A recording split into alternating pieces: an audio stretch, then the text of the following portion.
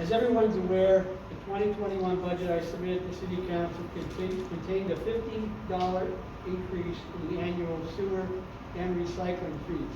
The increase would have raised both fees to an annual payment of $100. This increase was rejected by a majority of City Council, who would go no higher than an extra $25 per year. In an effort to reach a compromise, I offered to lower the proposed increase to an extra $35, which would have resulted in an annual fee of $85 for sewer and recycling services. This compromise was also rejected. Unfortunately, without the proposed fee increases next year, the city would not have the revenue necessary to provide the services to our residents that they've come to expect. I'm here to announce the changes to the city workforce and city services residents can expect beginning in January 2021. These changes include, but are not necessarily limited to, the following: workforce changes, significant downsizing to the current city workforce, including not replacing a number of positions currently vacant. Service changes, dramatic changes in the collection of recycling. These changes will likely include how often recycling is picked up and how many containers may be placed curbside for collection. Recycling drop-off at the DPW facility will also be suspended indefinitely. Yard waste will no longer be collected curbside, and yard waste drop-off at DPW facility will be suspended indefinitely. DPW will no longer be able to pick up Christmas trees for disposal. DPW will no longer provide driveway identification painting services. High grass and weed complaints related to offending properties will no longer be a priority. The city will only assist with sewer blockages that occur on the street side of the curb. We will no longer be able to assist financially or with manpower, blockages which are the responsibility of the homeowner. This means we will no longer be able to assist with basement cleanup or property damage in those instances, and the possibility of significant delays in snow removal. Here you can see some pictures from the 2017 blizzard. And luckily we had the resources to do this cleanup. What I'm telling you folks is we may not have those resources for 2021.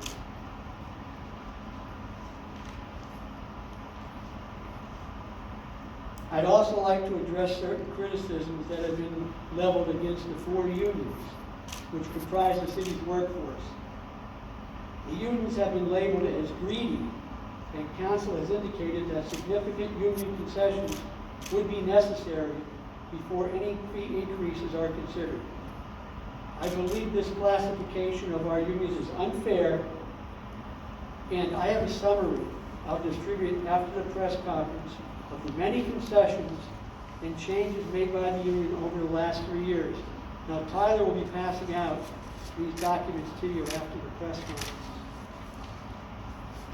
Finally, due to the dire financial consequences the city will be facing next year because of council's decision, tomorrow I will be meeting with Pennsylvania Financial Management, PFM, the entity brought in several years ago to assist the city in the early intervention program, and representatives from the Department of Community and Economic Development. The purpose of the meeting is to take a hard look at the city's financial pictures and to discuss any recommendations either entity may have for the city going forward. At this point, all options will be considered. Well, we're going to continue to provide the police and fire services naturally, but we tried to show you today the dramatics of one snowstorm and how much the resources that it takes, Steve, to do that. We had to have people out there trying to clear up the roads for the ambulances and for the hospitals. One snowstorm cost us over $1 million.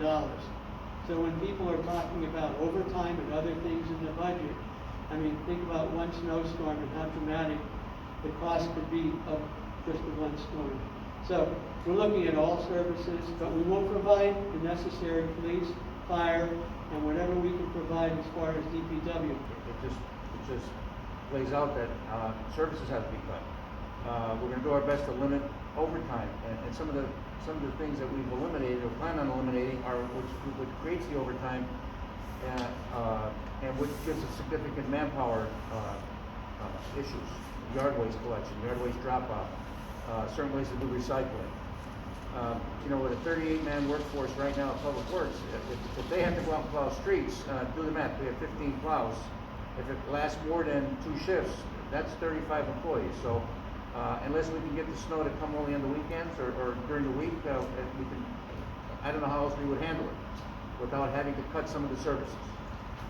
Steve, we're currently paying, myself and the other residents are paying $50 a year for recycling, $50 a year for sewage. Okay, that's to maintain the sewer lines within the city. Not to treat the waste, but to maintain the sewer lines. We originally asked for an additional $50 a year for the sewer and $50 for recycling. In an effort to try to cooperate with the council members, I first reduced it down from, that would be $100 by the way, I dropped it down to $90 a year for both. That wasn't acceptable. I went again and dropped it down to $85.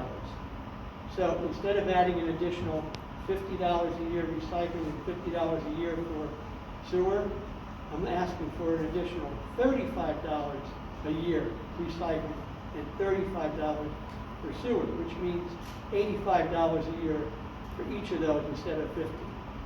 And that still has not been accepted by 3 council members. So with that in mind, I cannot make up the surplus.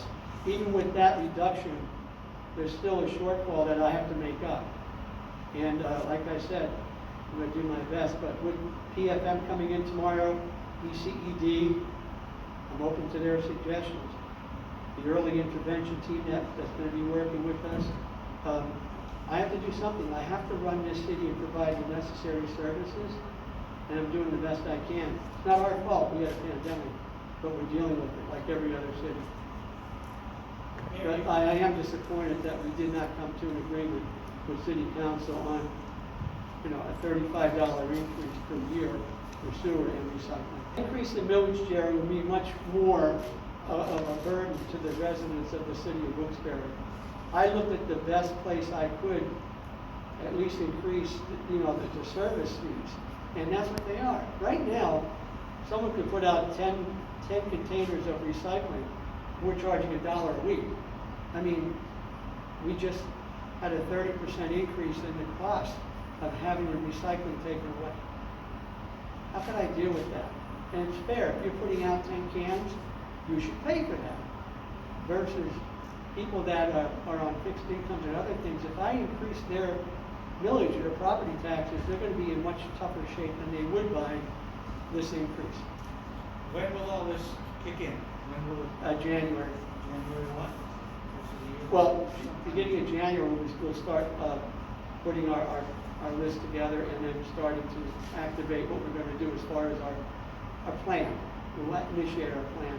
But I wanted to give the residents of Wilkes-Barre an honest overview of what's taking place in our city council meetings and what's taking place now as far as, and I'm really upset by this, the lack of a $10 increase from what council is approving to what I'm asking for is going to relate in the reduction of these services for $10 a year for sewer and recycling per household. It's going to result in the things that you see out there. The budget I put together will go into effect without the fee increases that council has not approved. Now, one thing we did do was we rewrote the pension plan, which is going to be a $1.3 million savings in 2021. It's going to, as I mentioned to you, it's going to increase the financial stabilization of the plan up to 65%. It's going to decrease our MMO, and it's going to make sure that, we have the proper plan in place for the future of our employees. That's a big savings, 1.3 million, but it makes up a percentage of the 4.5 million that we lost this year. It's only a piece of that, Jerry. If council would like to go back to the table, I'm open, Jerry, but I cannot go any lower than the $85 a year for recycling and sewage. So if they're not willing to at least accept that, I don't understand what would be the point of going back together. We met twice last week with Mr. Barrett and Mr. Brooks, and we went through everything that council had recommended. I can't mandate wage freezes. I can't do some of the things that they asked me to do. But Tyler's going to pass out to you a handout, and what's in that handout shows the wage freezes that all 4 unions have given back to the city, plus increases in co-pays and other things that they have agreed to do. So, in my opinion, they're not greedy. They're working with us. Okay, so Tyler's going to pass that out. You'll have that. And once you see that, if you get back to you have a question, please call us. We're always open. You guys know that.